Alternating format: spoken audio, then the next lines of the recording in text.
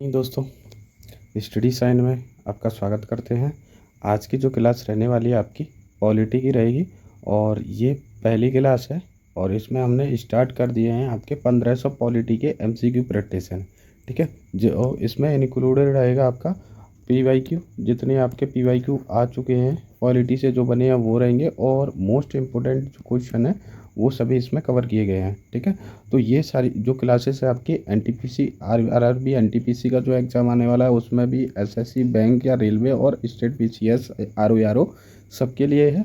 यहाँ से सभी के लिए जो भी क्वेश्चन पूछे जाते हैं उसको सभी को इसमें डिकोड कर दिया गया है। ठीक है, मोस्ट इम्पोर्टेंट क्वेश्चन है 1500 क्वेश्चन की सीरीज़ रहेगी ये। ठीक है, तो आज की जो है पहली क्लास है, तो देर नहीं करते हैं, तो स्टार्ट करते हैं और अपने दोस्तों के साथ में क्लास को शेयर कर दीजिए ताकि उनको भी लाभ मिल सके।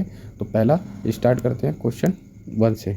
ठीक है, तो पहला क्वेश्चन यहाँ से स्टार्ट करते हैं। तो पहला रहेगा आपका भारतीय राष्ट्रीय कांग्रेस के प्रथम अध्यक्ष, है ना। पहले का अध्यक्ष कौन थे? व्योमकेश चंद्र बनर्जी थे। उनको पुनः कब और किस अधिवेशन के लिए दोबारा से चुना गया था? ठीक है, तो 1892 इलाहाबाद अधिवेशन में उनको दोबारा से चुना गया था। ठीक है, प्रश्न, भारत के संविधान के किस अनुच्छेद में अस्पृश्यता समाप्त करने का प्रावधान है? ठीक है, तो ये था अनुच्छेद 17 के अंतर्गत अस्पृश्यता को समाप्त करने का प्रावधान किया गया है। प्रश्न, कंट्रोल एंड ऑडिटर जनरल कब सेवा निवृत्त होते हैं? ठीक है, तो नियुक्ति के 6 वर्ष या 65 वर्ष की आयु पूरी होने के बाद में। इनका कहने का मतलब है या तो 6 साल हो जाए उनकी सेवा को। ठीक है, 6 साल का कार्यकाल होता है उनका। अगर 6 साल नहीं होती है, उनकी एज हो जाती है 65 वर्ष। ठीक है, तब भी वो क्या हो जाएंगे, वहाँ से सेवानिवृत्ति हो जाएंगे, रिटायर हो जाएंगे। ठीक है, या तो 6 साल हो जाए या 65 वर्ष हो जाए, तो दोनों में से किसी एक हो जाने पर क्या हो जाएंगे, वो रिटायरमेंट हो जाते हैं। प्रश्न देखते हैं, मुख्य चुनाव आयुक्त की नियुक्ति कौन करता है? तो राष्ट्रपति करता है मुख्य चुनाव आयुक्त की नियुक्ति। ठीक है, राष्ट्रपति के द्वारा की जाती है। किसी विधेयक को धन विधेयक होने का अंतिम निर्णय कौन देता है? तो लोकसभा अध्यक्ष, है ना। लोकसभा अध्यक्ष अंतिम निर्णय देता है कि ये बिल जो है विधेयक धन विधेयक है या नहीं है। ठीक है, तो कौन हो जाता है? लोकसभा अध्यक्ष। कई बार क्वेश्चन पूछा गया है। प्रश्न देखते हैं, डॉक्टर BR अम्बेडकर ने किस मौलिक अधिकार को भारतीय संविधान का हृदय एवं आत्मा कहा गया है? तो इसका उत्तर क्या हो जाएगा? संवैधानिक उपचारों के अधिकार। ठीक है, जो कि आपका 32 आर्टिकल 32, ठीक है, अनुच्छेद 32 होता है। क्वेश्चन, किसी मंत्री के विरुद्ध अविश्वास प्रस्ताव पारित हो जाने की स्थिति में क्या होता है? ठीक है, अगर किसी जो भी आपका कोई मंत्री है ना, तो उसके विरुद्ध अविश्वास प्रस्ताव पारित हो जाता है तो उस स्थिति में क्या हो जाता है? तो मंत्रिपरिषद से त्याग पत्र देना पड़ता है। क्या हो जाता है? मंत्रिपरिषद से उसको त्याग पत्र देना पड़ता है। प्रश्न देखते हैं, राज्यसभा के 2 वार्षिक चुनावों की अधिघोषणा कौन जारी करता है ना। 2 वार्षिक चुनावों की अधिघोषणा को कौन जारी करेगा? तो निर्वाचन आयोग ही इसको जारी करता है, चुनाव से संबंधित जितनी भी घोषणा होती हैं। राष्ट्रपति संविधान के किस अनुच्छेद के अंतर्गत लोकसभा भंग कर सकता है ना। राष्ट्रपति जो है संविधान के कौन सा अनुच्छेद है जिसके अंतर्गत लोकसभा को भंग कर सकता है? तो लोकसभा को अनुच्छेद आपके 85, है ना, 85 के अंतर्गत क्या कर सकता है? बंद कर सकता है। कौन करेगा? राष्ट्रपति। तो सिंपल सा कहेंगे तो अनुच्छेद 85 के अंतर्गत राष्ट्रपति लोकसभा को भंग कर सकता है। ठीक है, प्रश्न देख लेते हैं, किस संविधान संशोधन के द्वारा प्रीवर्स मान्यताएं तथा विशेषाधिकार समाप्त कर दिए गए? तो 26वां संविधान संशोधन 1971 के द्वारा प्रीवर्स को मान्यता को के विशेषाधिकार को समाप्त कर दिया था। जैसे प्रांत होते थे ना, जैसे रियासतें वगैरह होती थी, उनके राजा और उनके जो परिवार वाले थे तो उनको क्या था? विशेषाधिकार प्राप्त था। तो उसको 26वें संविधान संशोधन 1971 के द्वारा समाप्त कर दिया गया था। ठीक है, प्रश्न देख लेते हैं, संविधान, है ना, संविधान की किस अनुसूची में राज्यपाल, राष्ट्रपति, भारत के मुख्य न्यायाधीश आदि के वेतन दिए गए हैं? ठीक है, तो उत्तर क्या हो जाएगा? दूसरी अनुसूची में ये दिया गया है कि संविधानों के राज्यपाल, राष्ट्रपति और मुख्य न्यायाधीश का वेतन के बारे में जो भी बताया गया है डिक्लेयर है आपको दूसरी अनुसूची में देखने को मिलता है। ठीक है, प्रश्न देख लेते हैं। प्रश्न है, राष्ट्रपति पर महाभियोग चलाने हेतु कितने दिन पूर्व उसे नोटिस देना होता है? तो राष्ट्रपति पर अगर महाभियोग चलाना है तो उसको 14 दिन पहले क्या देना पड़ेगा? नोटिस देना पड़ेगा, है ना, आवश्यक होता है। प्रश्न देख लेते हैं, किस अनुच्छेद के अंतर्गत राष्ट्रपति का निर्वाचन होता है? तो राष्ट्रपति का निर्वाचन होता है अनुच्छेद 54 के अंतर्गत। ठीक है, तो अनुच्छेद 54 के अंतर्गत राष्ट्रपति का आपका निर्वाचन होता है। ठीक, तो क्वेश्चन इधर से घुमा के पूछ सकता है कि अनुच्छेद 54, ठीक है, किससे रिलेटेड है? तो राष्ट्रपति के निर्वाचन से संबंधित है, आर्टिकल 54। ठीक है, प्रश्न देख लेते हैं, विधान परिषद की कुल सदस्य संख्या का कितना भाग विधानसभा से चुनकर आता है ना। जो विधान परिषद होती है ना, विधान परिषद में जो सदस्य होते हैं उसमें से कुछ विधानसभा से चुनकर आते हैं, ठीक है। तो उसका कितना भाग होता है, 1/3, ठीक है, 1/3 भाग होता है जो विधान परिषद में जाते हैं विधानसभा से, ठीक है। प्रश्न देख लेते हैं, संविधान के अनुच्छेद 75 में किसके बारे में चर्चा है, तो मंत्रिपरिषद है ना। तो मंत्रिपरिषद किसके लिए आता है, आर्टिकल अनुच्छेद 75 में बताया गया है कि क्या होगा, एक मंत्रिपरिषद होगी राष्ट्रपति की सलाह के लिए, ठीक है। प्रश्न देख लेते हैं, किसी सदस्य द्वारा किसी अन्य सार्वजनिक महत्व के विषय पर है ना विचार करने के लिए सदन की चल रही वर्तमान कार्यकारी बंद करने का प्रस्ताव क्या कहलाता है, काम रोको प्रस्ताव। मतलब कि कोई कार्रवाई चल रही है और उसको अगर रोकना है तो उसको उस प्रस्ताव को लेंगे काम रोको प्रस्ताव। प्रश्न देख लेते हैं, संविधान के 7वीं अनुसूची के अंतर्गत है ना, संविधान की 7वीं अनुसूची के अंतर्गत केंद्रीय सूची है ना, उसमें कितने विषय हैं, तो 97 विषय हैं उसमें, ठीक है। कौन सी, 7वीं अनुसूची के अंतर्गत केंद्रीय सूची है, तो संघ सूची या केंद्र सूची एक ही बात है। तो उसमें कितने विषय आते हैं आपके, 97 विषय केंद्र सूची में आते हैं, जबकि 29 विषय आपके राज्य सूची के आते हैं, ठीक है। फिर आता है प्रश्न देख लेते हैं, प्रश्न, पंचवर्षीय योजना का अनुमोदन तथा पुनर्निरीक्षण किसके द्वारा किया जाता है, तो इसका उत्तर हो जाएगा राष्ट्रीय विकास परिषद के द्वारा, ठीक है। पंचवर्षीय योजना, एक चीज़ और, आपकी जो पंचवर्षीय योजना है ना, 1 से लेकर 12 तक जो पंचवर्षीय योजना है उनको हमने एक नोट्स तैयार किए हैं, उसकी क्लास हम जल्दी से जल्द करा देंगे, कल करा देंगे या परसों करा देंगे। तो आप उसको चैनल को सब्सक्राइब कर लें ताकि आपके पास में नोटिफिकेशन पहुंच जाए। और दूसरी जो क्लास रहने वाली आपकी, एक रहेगी आपकी संविधान है ना, जो संविधान में जो संशोधन हुए हैं, प्रमुख जो संविधान संशोधन है शुरू से लेके लास्ट तक, जितने भी अब तक जो संशोधन हो गए सबको उसमें कवर किया है, उसकी भी एक क्लास करा देंगे जिससे कि रिवीजन अच्छे से हो जाए RO NTPC के लिए, ठीक है। तो प्रश्न देख लेते हैं, पंचायती राज्य प्रणाली है ना, पंचायती राज्य प्रणाली किस पर आधारित है, पंचायत राज्य प्रणाली आपके सत्ता के विकेंद्रीकरण पर आधारित है ना, विकेंद्रीकरण पर आधारित है। जो पंचायत दे रखा है आपका अनुच्छेद 40 के अंतर्गत क्या आती है, पंचायत आती है, DPSP का भाग है, किसका, DPSP का भाग है पंचायत, जो कि अनुच्छेद 40 के अंतर्गत आती है। और ये सत्ता के विकेंद्रीकरण का पर आधारित होता है। किस तरह से विकेंद्रीकरण होता है, कि सत्ता का बंटवारा, जैसे ऊपर केंद्र सरकार, फिर राज्य सरकार और फिर स्थानीय सरकारें, ठीक है। तो तीनों स्तरों पर क्या हो जाती है आपकी सरकार का बंटवारा, सत्ता का विकेंद्रीकरण हो गया। क्वेश्चन देख लेते हैं, भारत के प्रथम लोकसभा उपाध्यक्ष कौन है, तो भारत के पहले लोकसभा उपाध्यक्ष को बोलते हैं M अनंत शयनम अयंगर, ठीक है, जो कि आपके लोकसभा उपाध्यक्ष रहे हैं पहले, ठीक है। प्रश्न देख लेते हैं, शिक्षा पहले राज्य सूची के अंतर्गत आती थी, ठीक है, किस संविधान संशोधन अधिनियम द्वारा इसे समवर्ती सूची में लाया गया था, ठीक है। तो इसका कहना है जो शिक्षा है ना, शिक्षा का जो विषय है आपका राज्य सूची का पार्ट था, उसको 42वें संविधान संशोधन 1976, ठीक है, क्या हो जाएगा 1976 के द्वारा क्या कर दिया गया था, इसको समवर्ती सूची के अंतर्गत लेके आता है। अब इसमें क्या करेंगे, शिक्षा के विषय में राज्य भी बना सकता है कानून और केंद्र भी बना सकता है, तो दोनों इसमें बना सकते हैं। प्रश्न देख लेते हैं, प्रश्न रहेगा, भारतीय संविधान के किस अनुच्छेद में मौलिक कर्तव्यों की चर्चा की गई है, तो अनुच्छेद 51A है ना, अनुच्छेद 51A में आपके मौलिक कर्तव्यों की चर्चा की गई। इसमें भी आपके 10 जो मौलिक कर्तव्य हैं वो 42वें संविधान संशोधन 1976 के द्वारा जोड़े गए थे 10, ठीक है। तो जो अगर पूछ लेते हैं मौलिक कर्तव्य जो हैं मूल संविधान का में कितने थे, तो क्वेश्चन क्या हो जाएगा, गलत हो जाएगा, क्योंकि मौलिक जो आपके मूल संविधान था उसमें मौलिक अधिकारों के मौलिक जो कर्तव्य है उनकी चर्चा नहीं थी, ठीक है, उनकी व्यवस्था नहीं थी, उनमें उल्लिखित नहीं था। तो ये क्या था आपके 42वें संविधान संशोधन 1976 के द्वारा, ठीक है। और फिर इसका 85 है ना, 85 वाला 85वां संविधान संशोधन था 2003 का, जिसमें एक 11वां जो मौलिक कर्तव्य है उसको भी जोड़ा गया था। तो मौलिक कर्तव्यों को किस में दे रखा है, अनुच्छेद 51A के अंतर्गत मौलिक कर्तव्य आते हैं। प्रश्न देख लेते हैं, संविधान के किस संशोधन द्वारा संपत्ति के अधिकार को मूल अधिकार को श्रेणी से निकाल दिया गया, ठीक है। उत्तर क्या हो जाएगा, 44वें संविधान संशोधन 1978 के द्वारा, कब 1978 के द्वारा। तो इसका क्या पूछ रहा है जी, संविधान के किस संशोधन द्वारा संपत्ति के अधिकार को मूल अधिकार को श्रेणियों से निकाल दिया गया था, तो 44वां संविधान संशोधन का ईयर कौन सी थी, 1978 थी, ठीक है। अब जो संपत्ति का अधिकार है उसको 300A है ना, 300A के अंतर्गत कानूनी अधिकार के रूप में मान्यता दी गई है, इसको संपत्ति के अधिकार को। ठीक है, ये भी कई बार पूछ लिया गया कि संपत्ति का अधिकार किस अनुच्छेद के अंतर्गत रखा गया है, तो 301 के अंतर्गत रखा है। ठीक है, तो और वो कैसा हुआ, अब वो फंडामेंटल राइट नहीं रहा है, वो कैसा हो गया, विधिक अधिकार हो गया, कानूनी अधिकार हो गया। तो ये आंसर सही हो जाएगा। प्रश्न देख लेते हैं।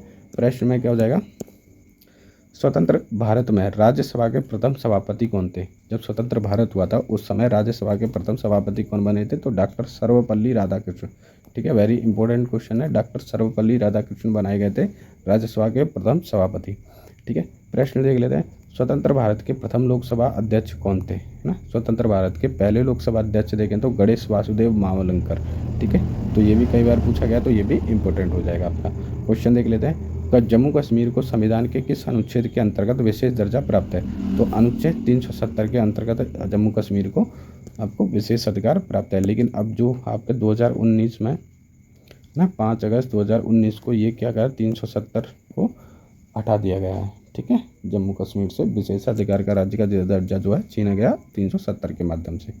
ठीक, प्रश्न देख लेते हैं। लोकसभा सदस्यों को शपथ कौन ग्रहण करता है। ठीक है, तो उत्तर हो जाएगा राष्ट्रपति अथवा उसके द्वारा अधिकृत व्यक्ति, है ना। अब ये पूछ रहा है, ये इसका कहने का मतलब है सिंपल सा है कि जो लोकसभा सदस्य होते हैं ना, लोकसभा से सदस्य होते हैं, लोकसभा में जो सदस्य होते हैं उनको शपथ कौन ग्रहण कराता है, तो शपथ तो ग्रहण कराता है राष्ट्रपति। अगर राष्ट्रपति मौजूद नहीं होता है तो वो क्या करता है कि किसी और को नियुक्त कर देता है शपथ दिलाने के लिए। तो वही ये कह रहा है कि किसी के अधिकृत व्यक्ति के द्वारा शपथ दिलाई जा सकती है। प्रश्न देख लेते हैं। अप्रत्याशित व्ययों की पूर्ति के लिए भारत की आकस्मिक निधि से कौन धन निकाल सकता है। ठीक है, तो आकस्मिक निधि के लिए कौन निकालेगा, राष्ट्रपति निकालेगा। ठीक है, प्रश्न किस सामाजिक बुराई को दूर करने के लिए शारदा एक्ट बनाया गया था, तो बाल विवाह। ठीक है, शारदा एक्ट कब आया था, 1929 का एक्ट है ये, और ये बाल विवाह को रोकने के लिए ये एक्ट आया था। प्रश्न देख लेते हैं। संविधान सभा की प्रथम बैठक कब हुई थी, है ना। संविधान सभा की प्रथम बैठक हुई थी 9 दिसंबर 1946 को संविधान सभा की पहली बैठक हुई थी। भारत के पहले उप प्रधानमंत्री कौन थे। भारत के पहले उप प्रधानमंत्री देखेंगे तो सरदार वल्लभ भाई पटेल भारत के पहले उप प्रधानमंत्री बने हुए थे। प्रश्न देख लेते हैं। भारत में संघ राज्य क्षेत्रों का प्रशासन किसके द्वारा होता है ना। भारत में जो संघ राज्य क्षेत्र हैं उनका प्रशासन किसके माध्यम से होता है, तो राष्ट्रपति केंद्र शासित प्रदेशों का शासन करता है डायरेक्टली। तो प्रश्न देख लेते हैं। भारतीय संविधान की प्रस्तावना में समाजवादी, धर्मनिरपेक्ष और अखंडता शब्दों को किस संशोधन के द्वारा जोड़ा गया था, तो ये भी 42वें संविधान संशोधन द्वारा जोड़ा गया था, जो कि 1976 का था, है ना। 42वां संविधान संशोधन 1976। प्रश्न लिख लेते हैं। यदि भारत का राष्ट्रपति पद त्याग करना चाहता है तो उसे त्याग पत्र किसे भेजना पड़ता है, तो उसको उपराष्ट्रपति को देगा। ठीक है, उपराष्ट्रपति को अगर त्याग पत्र देना है तो वो राष्ट्रपति को देता है, राष्ट्रपति उपराष्ट्रपति को देता है। ठीक है, प्रश्न देख लेते हैं। वित्त आयोग का गठन होता है ना। वित्त आयोग का गठन होता है संविधान के प्रावधानों के अंतर्गत, है ना। संविधान के प्रावधानों के अंतर्गत वित्त आयोग का गठन होता है। प्रश्न 10वें वित्त आयोग के अध्यक्ष कौन बने थे, केसी पंत, है ना। केसी पंत 10वें वित्त आयोग के अध्यक्ष कौन रहे थे, केसी पंत रहे। क्वेश्चन भारत के संविधान में अविशिष्ट शक्तियाँ किसमें निहित हैं, तो संसद में है। ठीक है, अविशिष्ट शक्तियाँ जो हैं आपकी संसद में निहित होंगी। जैसे आपके 1861 का जो परिषद अधिनियम था उसमें भी जो गवर्नर के पास थी सारी की सारी अवशिष्ट शक्तियाँ किसके पास थी, गवर्नर के पास थी। ठीक है, ऐसे ही संविधान की किसके पास है, संसद के पास है। प्रश्न देख लेते हैं। भारतीय संविधान के अंग नीति निर्देशक सिद्धांतों का स्रोत क्या है, तो आयरलैंड, है ना। आयरलैंड से लिए गए हैं कौन, डीपीएसपी किस देश के संविधान से प्राप्त किए हैं, तो आयरलैंड से। ठीक है, प्रश्न संविधान के किस अनुच्छेद में, है ना, संविधान के किस अनुच्छेद में संविधान संशोधन की प्रक्रिया दी गई है, तो अनुच्छेद 368 में संविधान के संशोधन की प्रक्रिया दी गई है। प्रश्न समाजवाद वह टोपी है जो संविधानुसार पहनी जा सकती है, यह कथन किस प्रसिद्ध आलोचक का है, तो CEM जोड़ का। ठीक है, CEM जोड़ का ये कथन है। प्रश्न देख लेते हैं। किस एक्ट के तहत भारत सचिव की स्थापना हुई थी, तो भारत परिषद अधिनियम 1858 के माध्यम से भारत सचिव की स्थापना होती है। तो 1857 की क्रांति हो जाती है, उसके बाद जो आपका अधिनियम आता है 1858 में, उसके अंतर्गत भारत सचिव की स्थापना की जाती है। प्रश्न परिसीमन आयोग का पदेन सदस्य कौन होता है, तो परिसीमन आयोग का पदेन सदस्य मुख्य चुनाव अधिकारी होता है। ठीक है। तो क्वेश्चन पूछ लेते हैं कि परिसीमन आयोग का पदेन सदस्य कौन होगा, तो मुख्य चुनाव अधिकारी उसका पदेन सदस्य होता है। प्रश्न, संविधान के किस अनुच्छेद में यह उक्ति की केंद्रीय कार्यपालिका शक्ति के प्रयोग में कोई व्यवधान न उपस्थित हो उल्लेखित है, तो अनुच्छेद 257 के अंतर्गत। ठीक है। प्रश्न देख लेते हैं, सार्वजनिक लेखा समिति में राज्यसभा के कितने सदस्य होते हैं। जो सार्वजनिक लेखा समिति होती है ना, उसमें राज्यसभा के कितने सदस्य होंगे, 7 सदस्य होते हैं। ठीक है। तो 5, 7 और 15 किसके होते हैं, 15 होते हैं आपके लोकसभा के और 7 होते हैं आपके राज्यसभा के, है ना। टोटल कितने हो गए, 22 सदस्य होते हैं, है ना। टोटल 22 सदस्य होते हैं सार्वजनिक लोक लेखा समिति में। प्रश्न देख लेते हैं, किस संविधान संशोधन के तहत लोकसभा का कार्यकाल 6 वर्ष से घटकर कितना कर दिया, 5 वर्ष कर दिया था, तो 44 में, है ना। 44वें संविधान संशोधन के द्वारा लोकसभा का जो कार्यकाल 6 वर्ष है उसको घटाकर 5 वर्ष कर दिया था। और इसको 6 वर्ष कब किया गया था, 42वें संविधान संशोधन के द्वारा 6 वर्ष कर दिया गया था। फिर बाद में 44 में 1978 में इसको दोबारा से 5 वर्ष कर दिया गया। प्रश्न, संविधान में मूल कर्तव्यों से संबंधित प्रावधान किस समिति की संतुष्टियों के आधार पर सम्मिलित किए गए हैं, तो उत्तर हो जाएगा स्वर्ण सिंह समिति। जो मूल कर्तव्य है ना उनको प्रावधान दिया गया था, तो स्वर्ण सिंह समिति के जो कमेटी थी उसके माध्यम से उसकी सिफारिश पर। प्रश्न देख लेते हैं, भारतीय संविधान की प्रस्तावना में अभी तक कितनी बार संशोधन किया जा चुका है, तो एक बार उसमें संशोधन किया जा गया है 1976 में। वह कौन सा अनुच्छेद है जिसके प्रावधानों के अंतर्गत अपवाद स्वरूप भारत सरकार द्वारा भारत रत्न, पद्म विभूषण और आदि अलंकार प्रदान किया जाता है, तो अनुच्छेद 18 के अंतर्गत दिया जाता है। ठीक है। जिसमें अनुच्छेद 18 में उपाधियों का अंत, कोई भी किसी भी तरह की उपाधि नहीं लेंगे। प्रश्न देख लेते हैं, किस संविधान संशोधन के तहत सिक्किम को भारत का 22वां राज्य घोषित किया था, तो 36वें संविधान संशोधन 1975 के द्वारा सिक्किम को 36वें राज्य के द्वारा 22वें राज्य के नाम से घोषित किया था। प्रश्न लिख लेते हैं, डॉक्टर BR अम्बेडकर ने किस मौलिक अधिकार को भारतीय संविधान का हृदय आत्मा कहा है, तो अनुच्छेद 32 को। ठीक है। प्रश्न लिख लेते हैं, संवैधानिक उपचारों के अधिकार को, है ना, संवैधानिक उपचारों के अधिकार को कहते हैं भारतीय संविधान सभा में कब अंगीकृत किया गया था। ठीक है। तो भारतीय संविधान सभा में कब अंगीकृत किया गया था, तो 26 नवंबर 1949 को संविधान सभा में उसको अंगीकृत किया गया था। किसको, भारतीय संविधान को। प्रश्न देख लेते हैं, सरकारी आयोग के किस विषय से संबंधित था। सरकारी आयोग जो है किस विषय से संबंधित था, अनुच्छेद 85 मंत्री। ठीक है। सरकारी आयोग किस विषय से संबंधित, उत्तर था केंद्र और राज्य संबंधों की जांच किससे संबंधित था, सरकारी आयोग। प्रश्न देख लेते हैं, भारतीय संविधान में प्रदत्त मूलभूत अधिकारों को निलंबित करने वाली सत्ता कौन थी, राष्ट्रपति। ठीक है। जैसे भारतीय संविधान में प्रदत्त जो मूल अधिकार है ना उनको निलंबित करने वाली कौन कर सकता है, तो राष्ट्रपति कर सकता है मंत्रिपरिषद की लिखित सिफारिश पर आपातकाल के समय।